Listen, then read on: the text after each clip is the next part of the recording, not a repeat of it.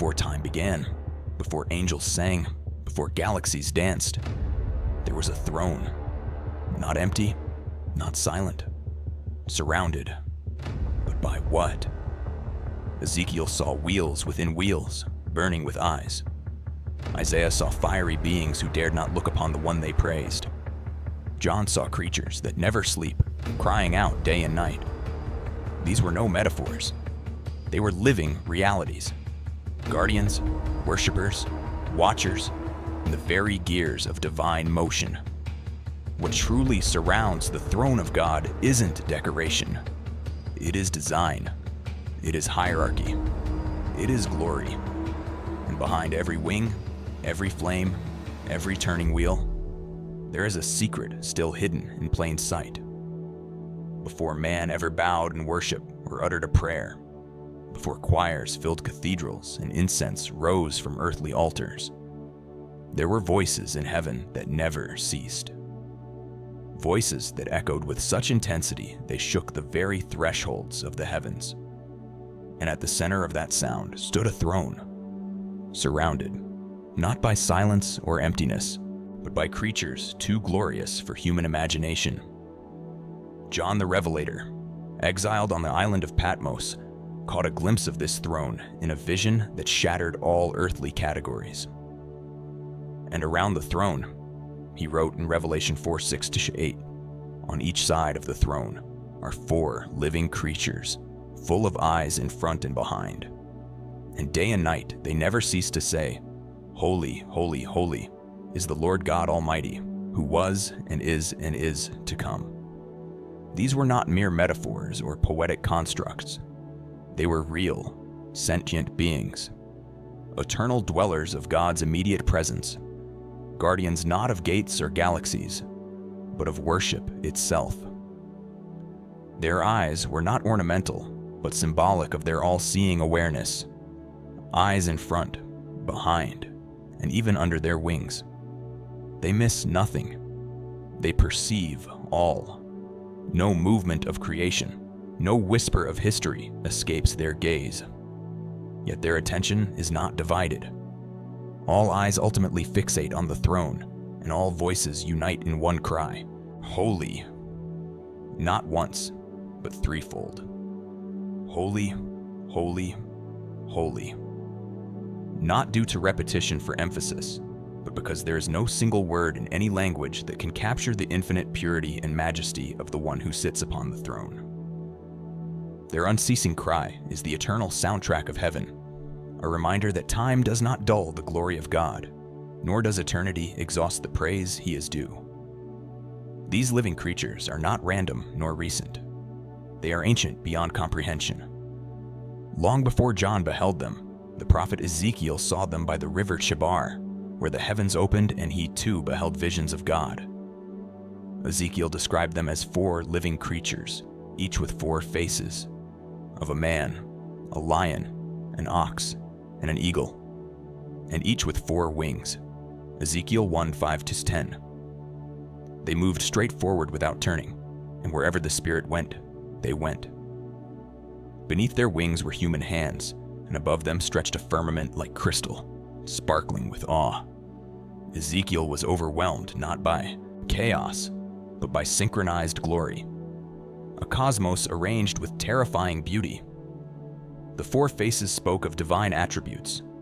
Man, the image of wisdom and reason. Lion, the king of beasts, symbolizing authority and power. Ox, the servant of burden, revealing endurance and strength. An eagle, sovereign over the skies, vision piercing into the divine. These faces were not rotating masks. They were unified revelations. Each creature, by bearing all 4, demonstrated that no single aspect could encompass the fullness of God's glory. And though Ezekiel was a priest by training, even he could not stand. For these beings were not approachable. They radiated a holiness that forbade familiarity. This same awe returns in Isaiah's vision centuries earlier.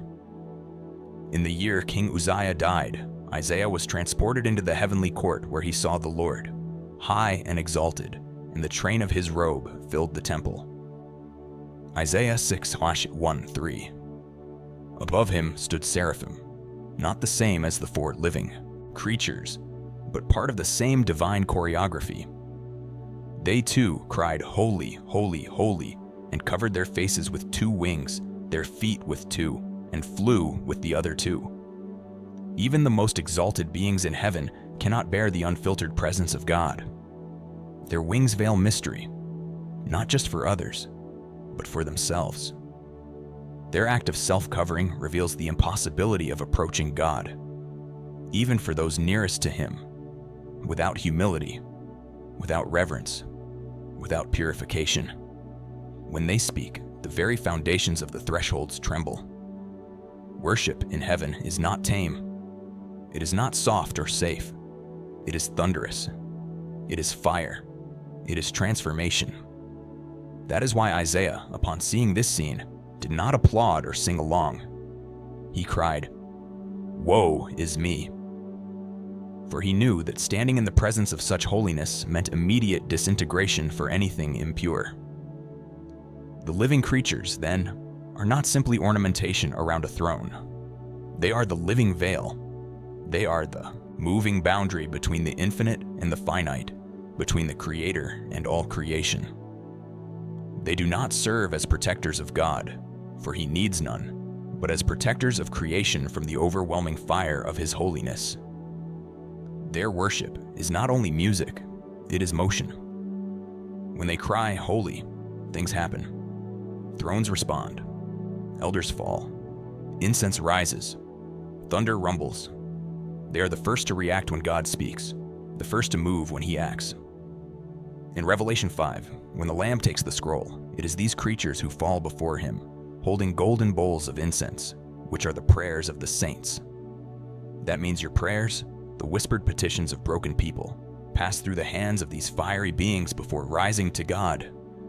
Your prayers, carried not by smoke, but by glory. What surrounds the throne of God?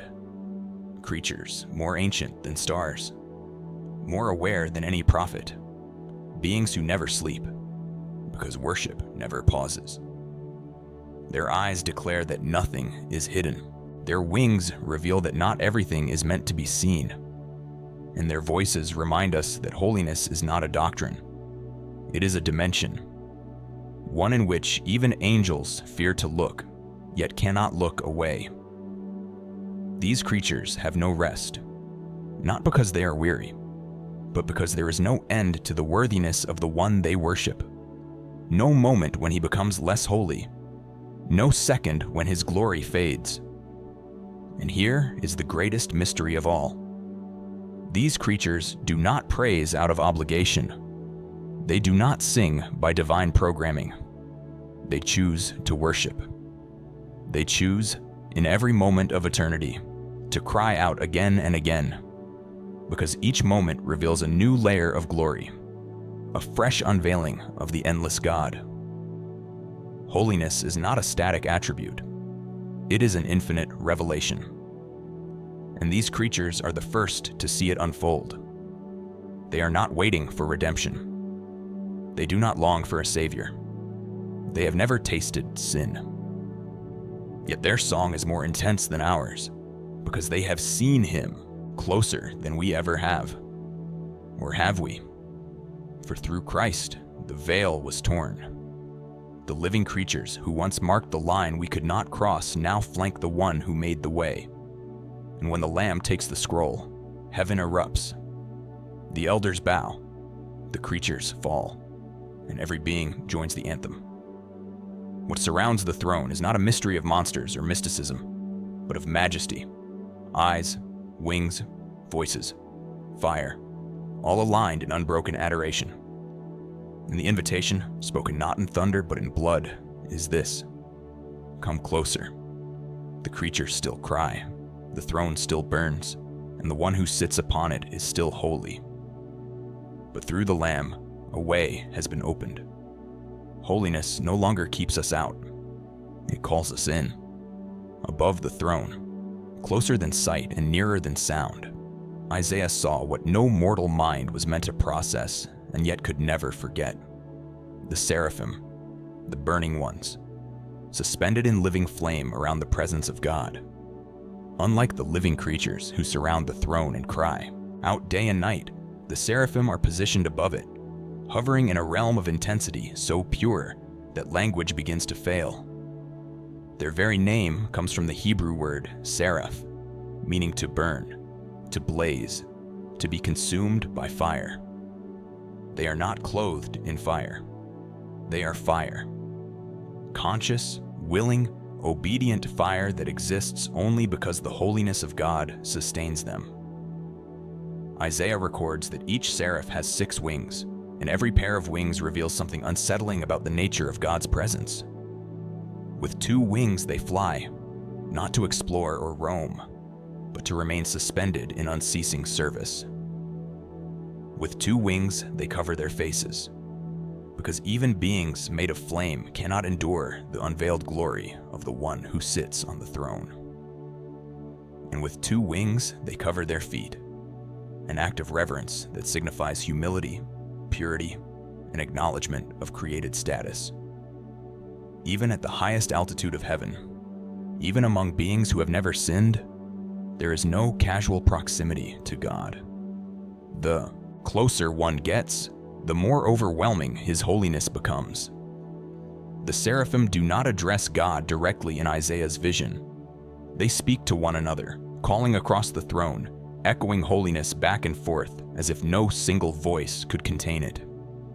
Holy, holy, holy is the Lord of hosts. The whole earth is full of his glory. This is not poetic repetition. It is a declaration of reality. Holy in essence, holy in action, holy in being. Their words are not informative. God does not need to be reminded of who he is. Their proclamation is participatory. Each cry releases another wave of glory, another tremor that causes the foundations of the heavenly temple to shake. The thresholds move. Smoke fills the space. Holiness is not silent. It has weight. It has force. It displaces everything that does not belong. That is why Isaiah's immediate response is not fascination, but terror. Standing in the presence of the burning ones, Isaiah becomes aware of something he had never fully grasped before: his own impurity. "Woe is me," he cries, "for I am undone, because I am a man of unclean lips, and I dwell in the midst of a people of unclean lips." He does not confess a list of sins. He recognizes a condition. Exposure to holiness reveals corruption instantly, not because God accuses, but because light unmasks. The seraphim do not argue with Isaiah's confession. They do not comfort him with reassurance. One of them moves. Fire moves. A seraph breaks formation and flies to the altar, taking with tongs a live coal that has been burning in the presence of God. This coal is not random. It comes from the altar, the place of sacrifice, the place where life is given in exchange for life. The seraph touches Isaiah's lips with the coal, the very place Isaiah identified as unclean, and declares, "Behold, this has touched your lips. Your iniquity is taken away, and your sin purged." The fire does not destroy Isaiah. It transforms him. This is the first and most important revelation about the fire that surrounds the throne. It is not primarily punitive. It is purifying. God's holiness does not exist to annihilate creation, but to restore it to its intended state. The same fire that consumes impurity refines the willing. The same flame that terrifies rebels commissions prophets. The seraphim understand this reality intimately. Their entire existence is an ongoing act of purification through worship. They burn, yet are not consumed. They blaze, yet remain whole. They exist in a state humans cannot survive apart from divine intervention. This is why their proximity is terrifying. Not because they are hostile, but because they are too holy for comfort. To stand before them is to stand before the reality of God's otherness. These are not messengers sent to earth like Gabriel. They do not deliver announcements or interpret visions. Their function is singular and absolute: to worship, to burn, to sustain the atmosphere of holiness around the throne. They do not sleep. They do not rest. Not because they are enslaved, but because the holiness they behold never diminishes. Every moment reveals something new. Every cry of holy is a response to fresh revelation. Eternity does not dull worship. It intensifies it. The seraphim are not emotional beings reacting to mood or circumstance. Their worship is theological. It is the only reasonable response to infinite purity. Even Moses' burning bush hints at their nature: fire that burns without consuming, presence that reveals without destroying. When the bush burned before Moses, it was not merely a miracle. It was a doorway, a glimpse into the same fire that surrounds the throne. The same fire that later descended upon Mount Sinai, causing the mountain to smoke and tremble. The same fire that filled Solomon's temple so powerfully that the priests could not stand to minister. The same fire that fell at Pentecost as tongues of flame, resting upon human heads without consuming them. This is seraphic fire. Fire that sanctifies. Fire that commissions. Fire that marks the boundary between the ordinary and the holy. The seraphim embody that fire permanently. Their worship sustains the environment where God's will flows unhindered. They are not guards like the cherubim. They are not mechanisms like the wheels.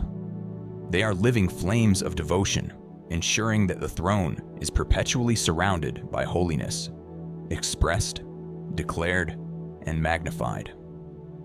Their song does not change. It does not need to. Holiness itself does not evolve. It simply unfolds. And as terrifying as their presence is, there is a mercy hidden within it. The same seraph who cries holy without ceasing is the one who flies toward a trembling prophet to cleanse him. The same fire that shakes heaven is gentle enough to touch human lips without destroying them. This reveals something profound about the throne itself. God's holiness is not opposed to mercy. It is the source of it. Without holiness, mercy would be meaningless. Without purity, forgiveness would have no anchor. The seraphim stand as eternal witnesses to this balance. They burn because God is holy. They serve because God is gracious. Their existence proclaims a truth humanity struggles to accept. The greatest danger in the universe is not God's wrath, but approaching Him casually. Holiness is not something to be managed. It must be received on God's terms. And yet, when approached rightly, it does not repel. It transforms. Isaiah entered the vision undone. He left commissioned. The seraphim did not lower the standard. They applied the fire. And from that moment forward, Isaiah's life was no longer his own. He had been touched by throne fire. This is why the seraphim remain above the throne, singing, burning, covering, flying. They are not distant relics of ancient visions. Their fire still burns. Their song still echoes. Their proximity still terrifies. And their message remains unchanged. No one encounters God and remains unmarked. Fire will either consume or consecrate. And above the throne, the flames still sing. When humanity first encountered the cherubim, it was not in a vision, not in a temple, and not in heaven, but at the edge of loss. In Genesis 3, after Adam and Eve were driven from the Garden of Eden for breaking divine command, the first cherubim appear, not as gentle guides or heavenly musicians, but as burning sentinels.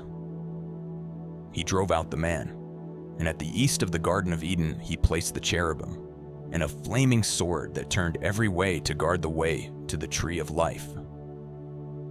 Their presence was not ornamental. It was final.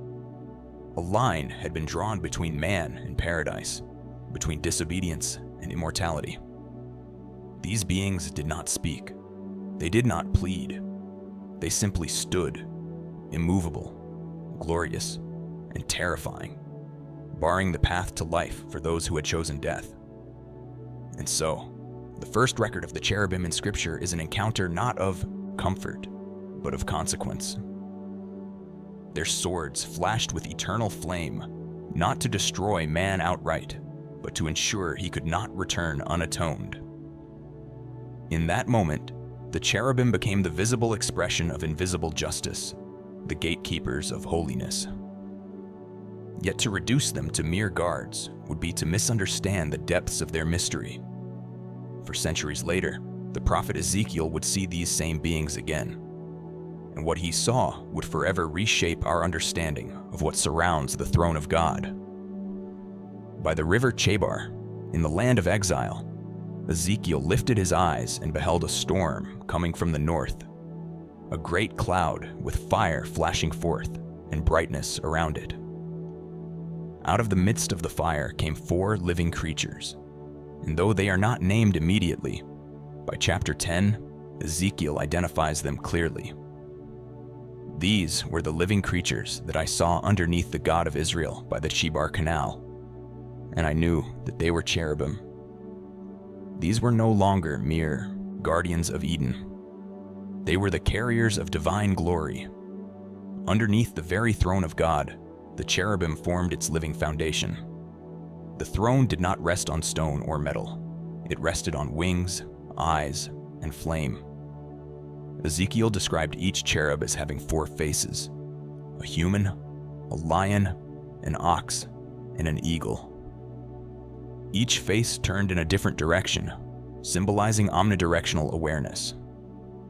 These were not grotesque deformities, but multifaceted revelations. The face of a man signified reason, intelligence, and relational likeness. The lion represented regal power and authority. The ox symbolized patient strength and sacrifice, and the eagle evoked swiftness, sovereignty, and heavenly perspective. Together, they embodied a complete spectrum of divine attributes: wisdom, majesty, service, and transcendence. No single face could reveal the fullness of God's nature. Only together did the vision begin to approach the mystery. These beings moved in perfect unity, without turning as they went, because wherever the Spirit directed, they followed without delay. Under their wings were human hands, a hidden symbol of capability and divine mission. And above their heads was an expanse, shining like awe-inspiring crystal, upon which the throne itself was set. Their wings touched one another, and when they moved, the sound of their wings was like the roar of many waters, like the voice of the Almighty. They were not statues. They were storm. They were motion and obedience incarnate.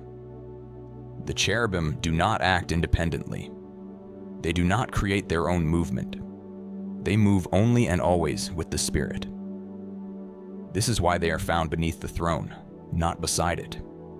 They are not counselors. They are carriers, and their obedience is total. But the role of the cherubim is not limited to prophetic vision. It is woven through the very architecture of Israel's worship. When God commanded Moses to construct the Ark of the Covenant, the most sacred object in the tabernacle, he did not place cherubim around it. He placed them on it. And you shall make 2 cherubim of gold. Of hammered work shall you make them on the 2 ends of the mercy seat. And the cherubim shall spread out their wings above, overshadowing the mercy seat with their wings, their faces one to another. Toward the mercy seat shall the faces of the cherubim be. Exodus 25:18-20. The ark was not merely a container for the tablets of the law. It was the footstool of God, the place where heaven touched earth. And at its pinnacle were the cherubim, silent, golden, ever facing the center where the presence of God would appear. Between their wings was the mercy seat, and it was there, once a year, that the high priest would sprinkle the blood of atonement, The cherubim did not look outward. They gazed upon the blood. They bore witness not to man's approach, but to the price of man's reconciliation. Their posture was both solemn and cosmic. The beings who once barred the way to the tree of life in Eden now flanked the symbol of God's plan to bring life back through sacrifice. They stood not only as enforcers of holiness, but as foreshadowers of mercy.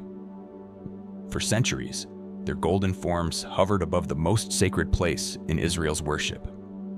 And when Solomon built the temple, he enlarged their form even more.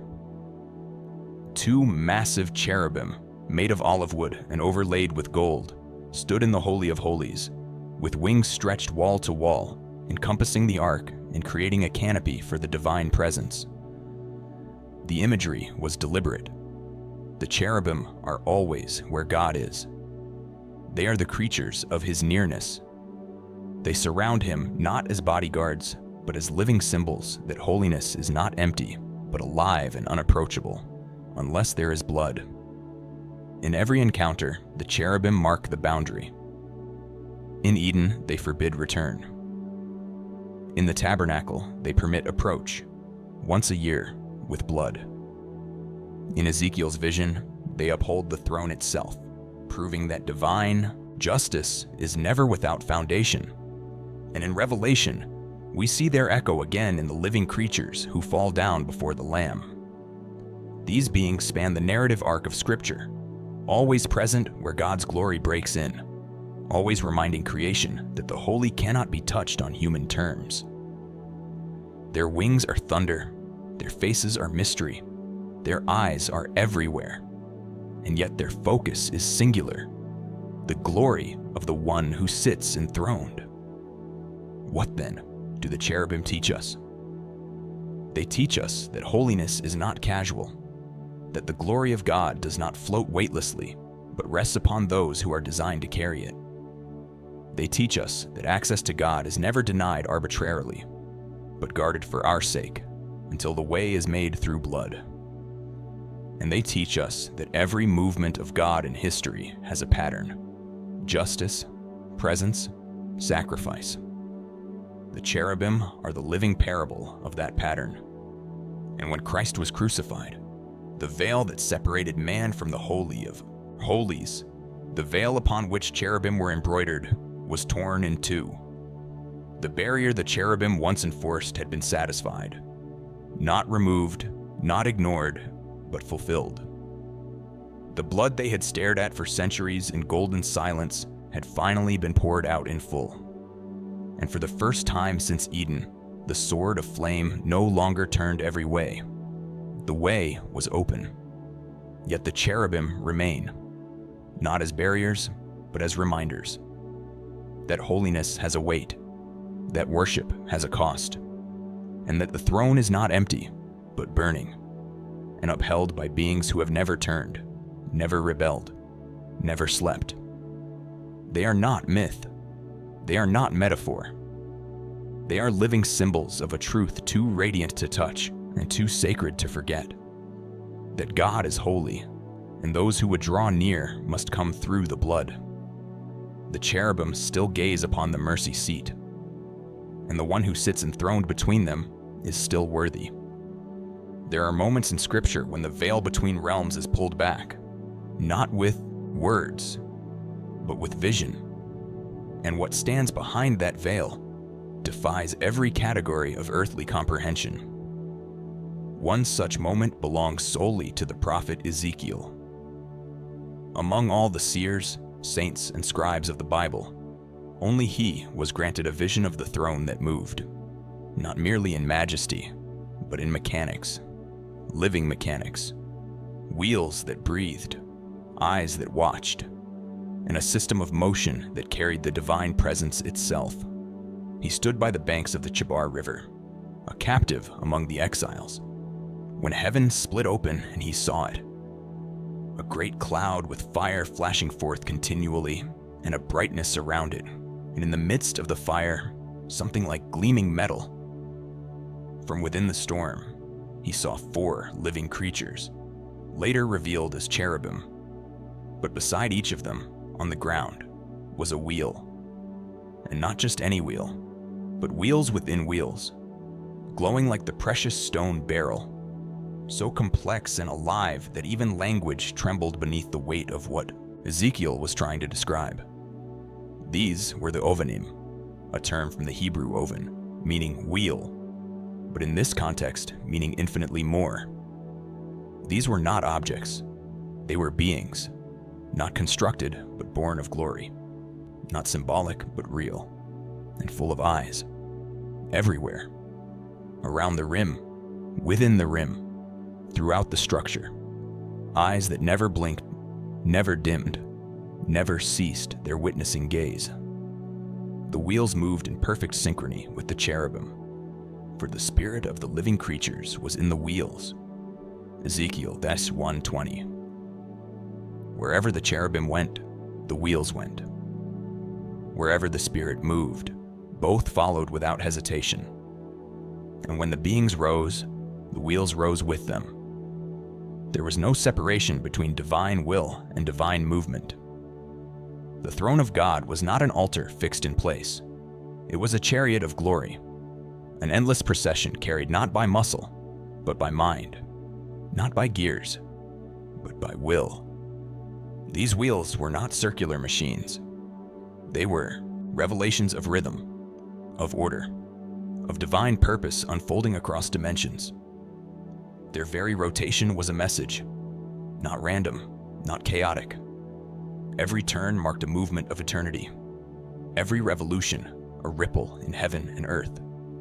They turned, and something changed. They rose, and history trembled.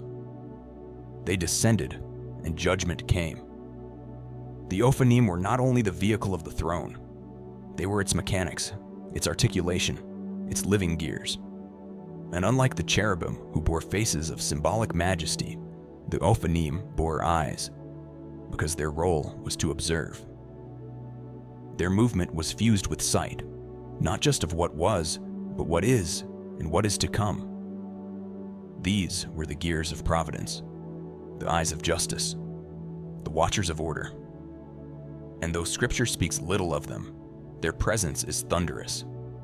They are the proof that God does not reign in stillness. His glory does not hover passively over creation. It moves, it turns, it acts. The Ophanim are what happens when that glory begins to roll forward.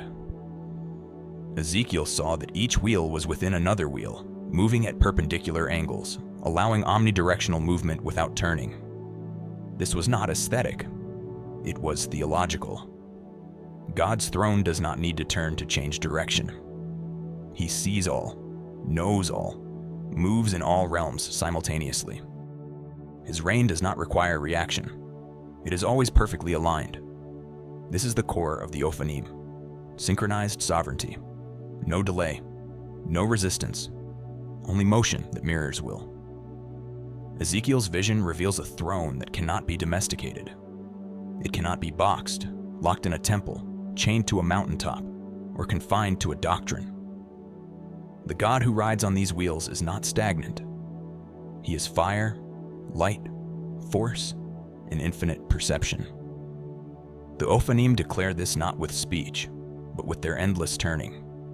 And what's more, their presence signifies moments of divine disruption. In the biblical narrative, when the Ophanim move, something shifts.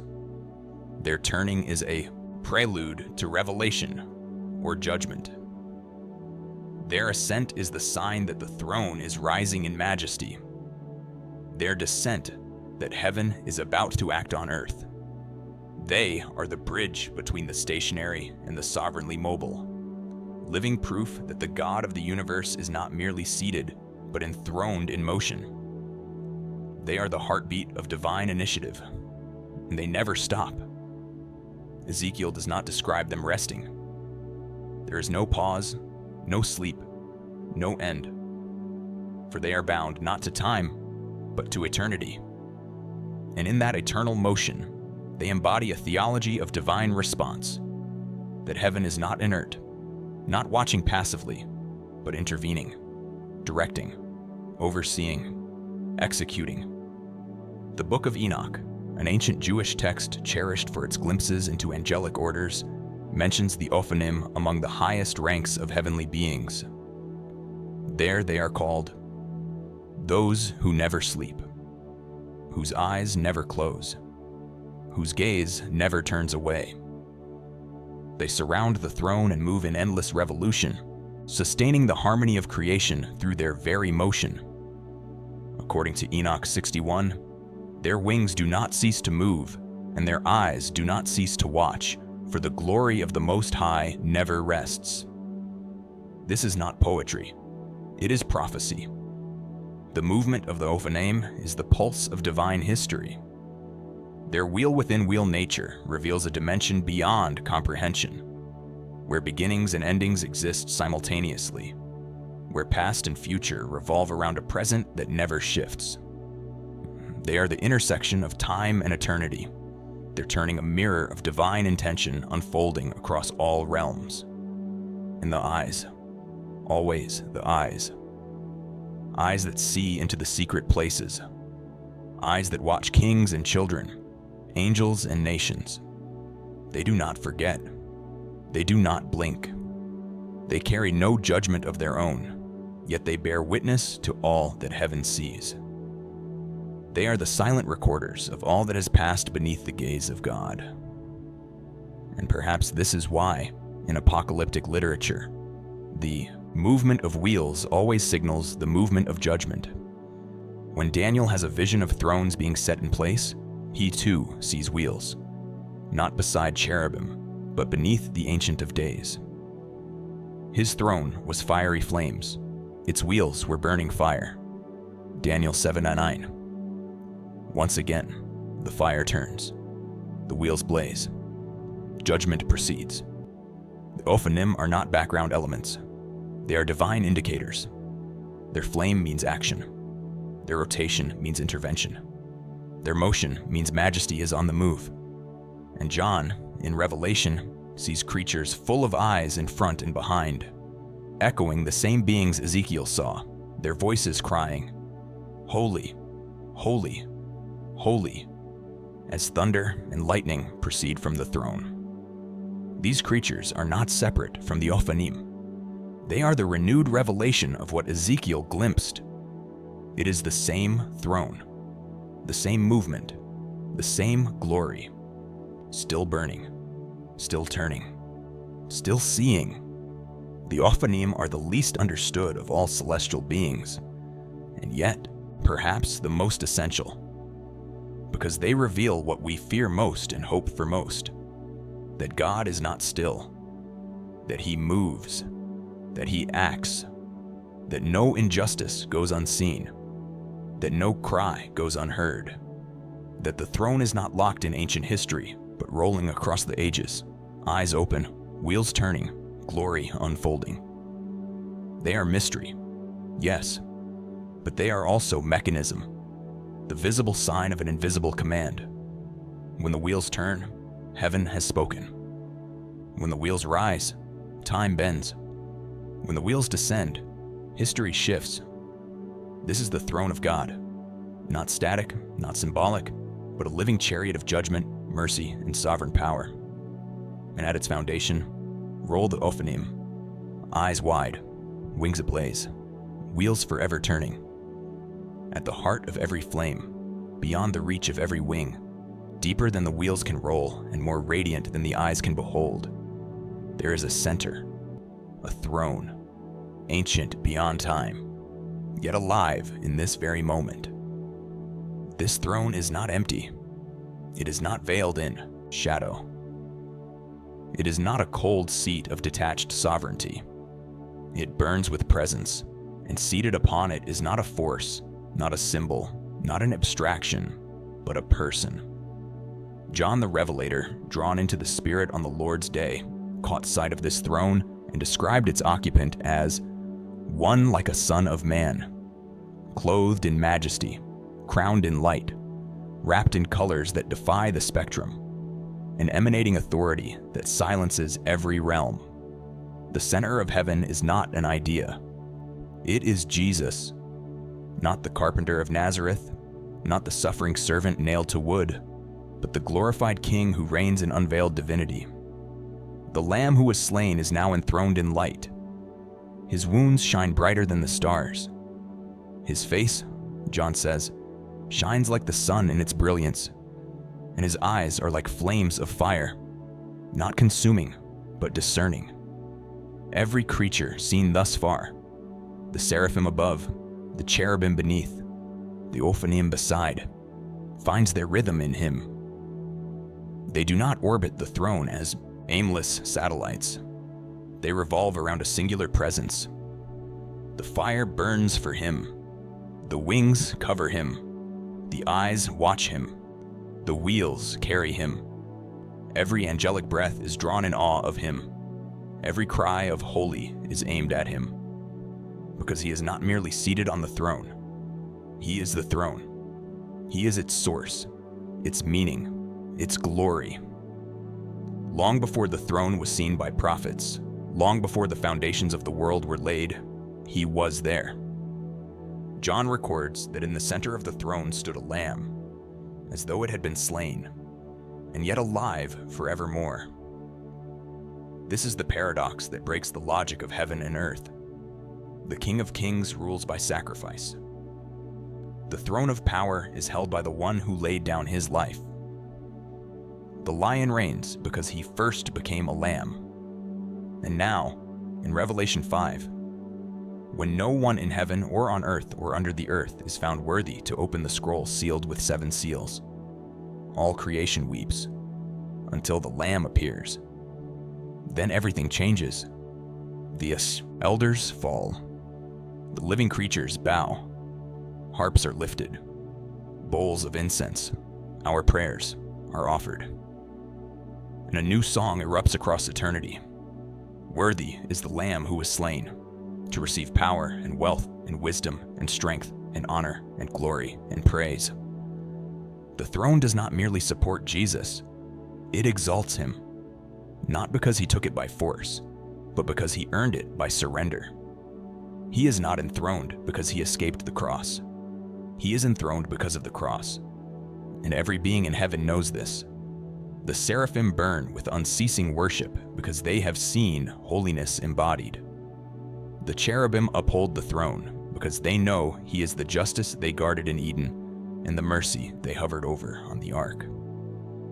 The ophanim rotate not in random revolutions, but in divine choreography, because every turn is a tribute to his perfect timing, his sovereign rulership, his unfolding plan. The throne, which seemed to be a place, is revealed to be a person. He is not seated beside God. He is not standing under God. He is the radiance of God's glory and the exact imprint of his nature. Hebrews 1:3 declares it plainly.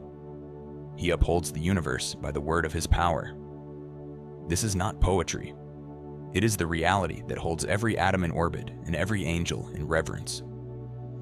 And now, everything that was mystery becomes a revelation.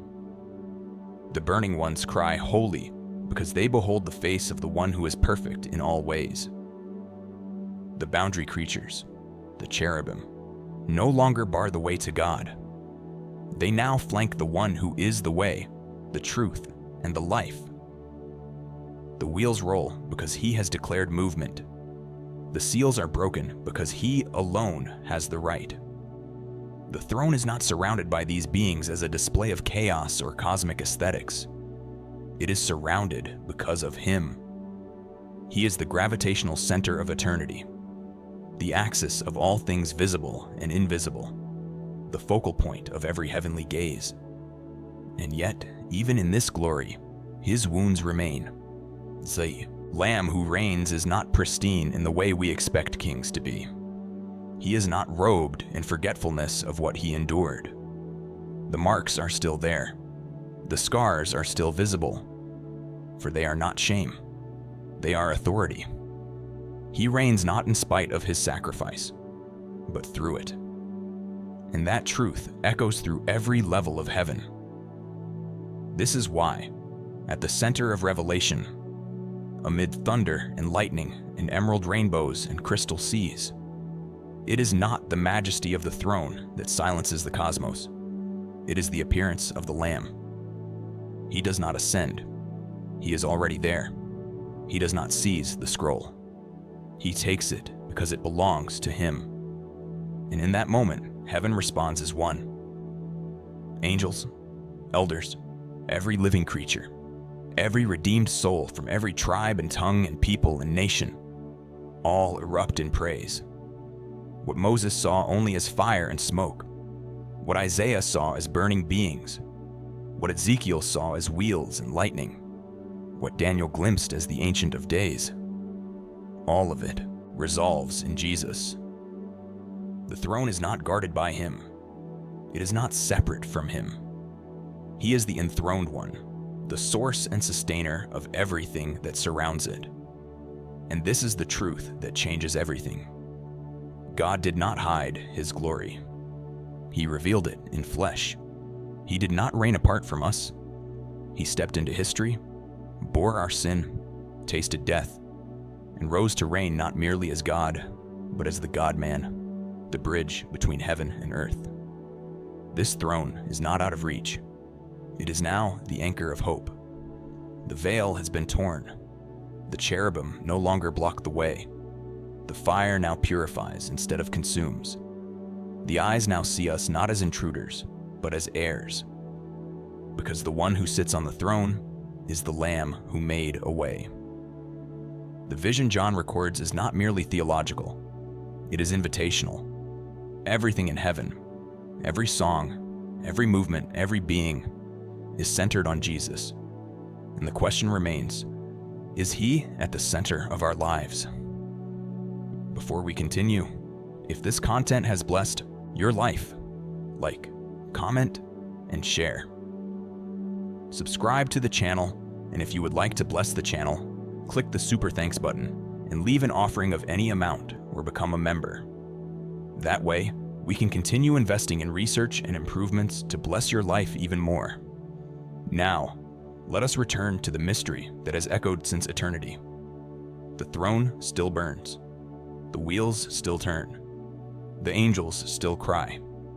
And at the center of it all is the one who was, who is, and who is to come. The Lamb who reigns forever. Beyond the burning seraphim and the thunder-winged cherubim, beyond the wheels of fire and the throne ablaze with the glory of the Lamb, lies an order so vast, so layered, so intricate, that even the prophets dared only glimpse its outlines. Heaven is not a swirling mass of worship without form. It is a kingdom, structured, governed, and meticulously ranked. Every creature, every title, every being has its place, its purpose, its function, and its limits. The throne is not merely surrounded by adoration, it is encircled by administration. Thrones, dominions, rulers, authorities, powers. These are not poetic flourishes. They are real offices in a celestial government more ancient than time and more enduring than the stars. Paul, in Colossians 1:16, unveils this mystery with startling clarity. For by him, all things were created, in heaven and on earth, visible and invisible, whether thrones or dominions or rulers or authorities. All things were created through him and for him. These are not human governments. They are spiritual offices, structures within the unseen realm that ensure the cosmos does not collapse into chaos. And they do not govern themselves. They operate under the sovereign rule of the enthroned Christ, who is not merely over them, but the source through which they were created and the purpose for which they exist. Among these ranks stand the archangels, few in name, but immense in influence. Michael, whose name means "who is like God," stands as the Prince of Battle, the warrior who contends not with sword alone, but with heavenly authority. In Daniel 10, we see him battling the Prince of Persia, not a man, but a territorial spirit opposing divine purpose. Michael is not only a fighter, He is a defender of nations, a protector of destinies. In Revelation 12, it is Michael who rises to lead the heavenly armies against the dragon, casting Satan and his angels down. His role is not reactionary, it is strategic. When he moves, it is because heaven has issued a decree. Then there is Gabriel, whose name means God is my strength. Unlike Michael, Gabriel does not fight. He speaks. He is the messenger of heaven's deepest revelations. To Daniel, he explained the timeline of history. To Mary, he announced the incarnation of the Son of God. Gabriel does not deliver trivial news. When he appears, the future shifts. His words carry weight not just of knowledge, but of divine intention. Michael and Gabriel together reveal the twin operations of God's throne: war and word, defense and revelation, justice and mercy. But these two are only the beginning. Scripture hints at orders far beyond what we have names for. In Daniel 4, we encounter watchers, holy ones who issue decrees and observe the earth. These beings are not merely spectators. They are enforcers of divine order. It is they who declare judgment on King Nebuchadnezzar, proclaiming from heaven what must take place on earth. They represent a level of oversight that reaches into the affairs of kings and nations. Though the book of Enoch expands on them with greater detail, even canonical scripture affirms their existence and function. The Watchers are not rebels in this context. They are righteous sentinels, executing the will of the Most High. And then come the dominions, authorities, and powers, spiritual jurisdictions, layered like concentric rings around the throne. Some oversee regions, others command hosts. Some decree, others implement. Paul speaks of them frequently, both as rightful orders and as contested by fallen counterparts. In Ephesians 6:12, he writes, "For we wrestle not against flesh and blood, but against rulers, against authorities, against the cosmic powers over this present darkness, against the spiritual forces." And then, at last, as if every vision and every voice, every wheel and wing, every echo of worship throughout the ages had only been the prelude to this one final unveiling. Revelation 5 flings wide the curtain, and all of creation steps into the frame.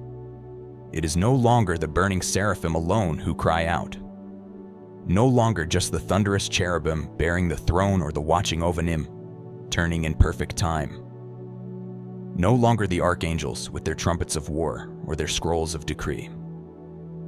Now it is every being, every creature in heaven, every creature on earth, every creature under the earth, every creature in the sea, all voices, all breath, all tongues, all kinds.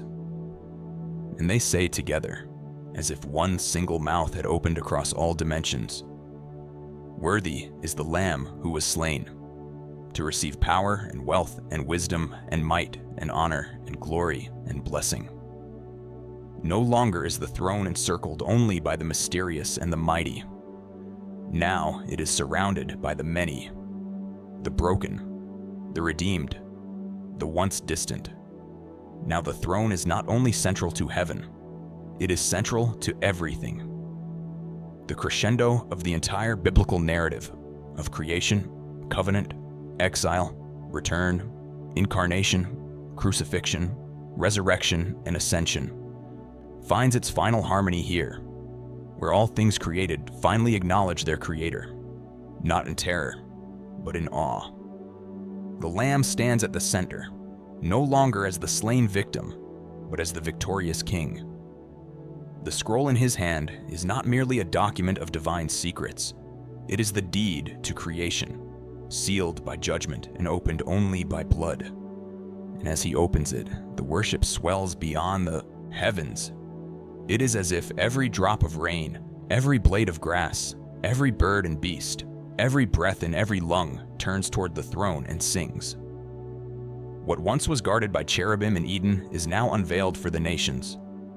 What once was declared by angels is now joined by men. What once was watched from afar is now approached with boldness. For those who have been redeemed, this moment is not spectacle. It is homecoming. The throne is not a scene to be admired, but a circle to be joined. Every saint, every martyr, every child who ever whispered a prayer of faith is now here, not on the outside looking in, but caught up in the center. The 24 elders fall down, not from exhaustion, but in surrender. The bowls of incense spill over, not in waste, but in offering. The thunder and lightning that once shook prophets to their knees now becomes the symphony of fulfilled promises. Every scar finds its meaning. Every tear finds its answer.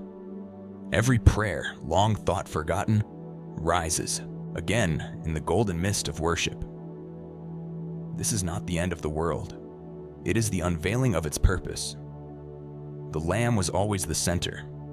Now he is no longer hidden. The throne was always the goal. Now it is no longer distant, and we were always meant to be here. Not as spectators trembling at the edge, but as sons and daughters called into the light. The elders cast down their crowns, not because they are unworthy, but because they have found the one who is. The creatures cry, "Holy," not out of habit, but because each moment reveals a new layer of majesty. And we, who were once dead in sin, now sing not as the condemned, but as the redeemed. The fire no longer repels, it purifies. The eyes no longer search to judge, they behold to welcome. The wheels no longer terrify, they turn for our arrival. Everything around the throne now serves the purpose of drawing us near. Because worship is not the activity of heaven, it is its gravity. It pulls everything into itself. It transforms all who enter its orbit. And this is the final mystery, that the beings who surround the throne are not only angels, not only cosmic orders and celestial flames, but us. Those who were once lost, those who were once defiled, those who were once far off. Now brought near by the blood of the Lamb, we become part of the great encirclement. Not to take glory, but to give it. Not to share the throne, but to adore the one who sits upon it. And the voice of John echoes as a whisper and a thunder. Then I heard every creature in heaven and on earth and under the earth and in the sea, and all that is in them, saying, "To him who sits on the throne and to the Lamb be blessing and honor and glory, and might forever and ever." This is not symbolic language. This is your future. Subscribe for God.